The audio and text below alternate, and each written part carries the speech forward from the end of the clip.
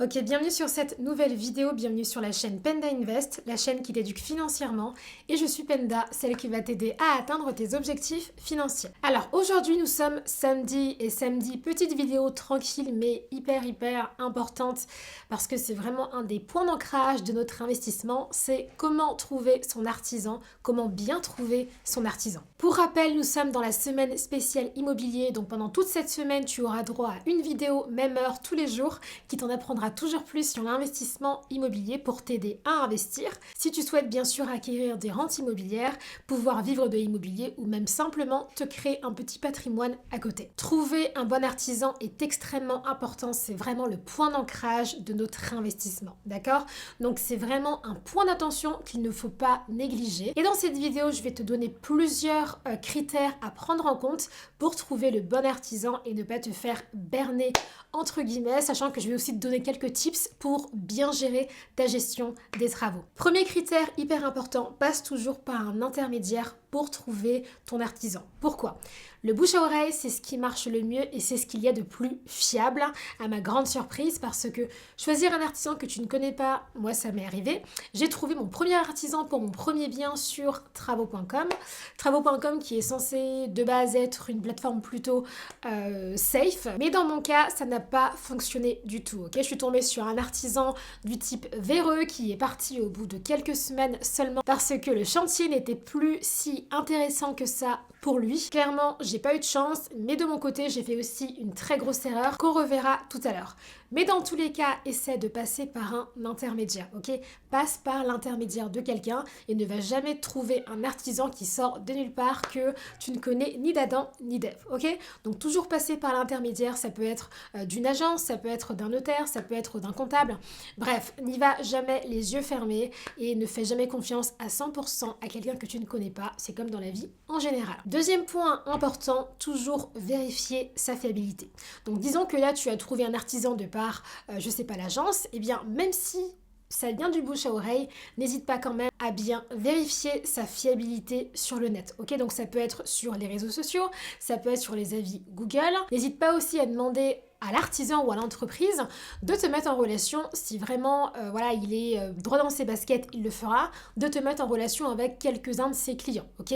Après, à voir si il dit vrai et que ce sont vraiment ses clients, mais en général, s'il est vrai, il va pas bégayer et il va te donner les contacts. Donc, bien voir sa présence en ligne sur les réseaux et sa notoriété, entre guillemets, pour voir s'il est plutôt safe, connu des gens ou pas du tout. Troisième point important, les assurances. Donc sache que les artisans et entreprises doivent prendre des assurances, ok?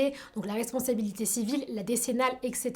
Ces assurances-là te permettront à toi d'avoir des garanties quant aux travaux. Si jamais l'artisan fait mal son travail, que quelque chose te tombe dessus ou quoi que ce soit, eh bien ces assurances-là pourront te garantir toi. C'est la raison pour laquelle demande-lui bien s'il a une responsabilité civile et décennale. Comme ça, toi de ton côté, tu es sûr qu'en cas de hic, tu pourras te retourner contre son assurance. Donc ce sera assurance contre assurance comme pour un litige voiture ou autre. Le but c'est vraiment de savoir qu'il est entouré par une assurance en cas de hic, ok? Personne n'a envie de faire un accident avec quelqu'un qui n'est pas assuré, ok? Personne. Quatrième point hyper important que je rappelle parce que je l'ai déjà dit dans une vidéo précédente de cette semaine, ne verse jamais la totalité du montant sur lequel vous vous êtes mis d'accord au premier versement. Ne verse jamais tout le montant que tu lui dois en une échéance et ce avant même de commencer le chantier, ok? Jamais. C'est une des pires erreurs que moi j'ai faites, ok? Et du coup ça m'a valu que l'artisan s'en aille au bout de 2-3 semaines parce que forcément il y a un fond de roulement qui se fait et au bout d'un moment, au bout de passer 3 semaines sur un chantier, forcément le chantier n'est plus rentable pour eux et ils ont forcément envie de mettre leur gaz sur d'autres chantiers. Ce qui veut dire que, eh bien, il y a 4 chances sur 5 qu'ils s'en aillent. C'est la raison pour laquelle on commence petit à petit. On commence par donner un acompte de 20 ou 30%, puis après lorsqu'il te dit que voilà, ça avance bien, que tu vois aussi de ton œil que ça avance bien et qu'il a besoin d'autres fonds pour continuer le chantier, pareil, tu fais 20-30% et ce jusqu'à la fin du chantier. Ok, c'est super important. Ne jamais verser tout l'acompte dès le premier versement, et ce même si, parce qu'il y a un truc qui se fait beaucoup avec eux, c'est un petit peu l'arnaque de la réduction. Ok, il va te dire d'accord, si demain vous me versez tout le montant du chantier dès le premier versement, je vous fais une réduction de 1000 euros. Ok, parce que souvent les entreprises sont à court de liquidité et forcément elles ont besoin d'un fonds de roulement derrière, ce qui veut dire qu'ils vont te faire des sortes de réductions pour que tu puisses leur verser la totalité et pour que ça leur donne un petit peu, un peu de liquidité.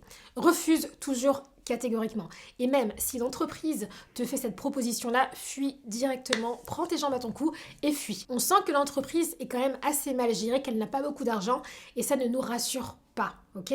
On ne veut pas traiter avec des personnes qui n'ont pas d'argent, ça ne nous intéresse pas. Et dernier point hyper important à faire et à mettre en place, et ce lorsque vos travaux sont terminés, c'est de verser justement le dernier versement du montant que vous devez à l'artisan 20 à 30 jours après son départ. Pourquoi? Parce que si jamais vous vous rendez compte que, il y a des choses qui se décollent, des choses qui tombent, forcément si lui il est déjà parti et que il est sur d'autres chantiers, il y a 3 chances sur 5 qui râlent à se déplacer. Ok? Alors que si vous avez son argent, je peux vous assurer qu'il va se déplacer du jour au lendemain. C'est la raison pour laquelle ça va être un petit peu votre pression à vous qui fait qu'il se déplacera si jamais quelque chose ne va pas. Et ça peut arriver. Moi, ça m'est arrivé parfois d'avoir des vis qui se dévissaient, de la peinture qui était un petit peu mal faite sur certains coins.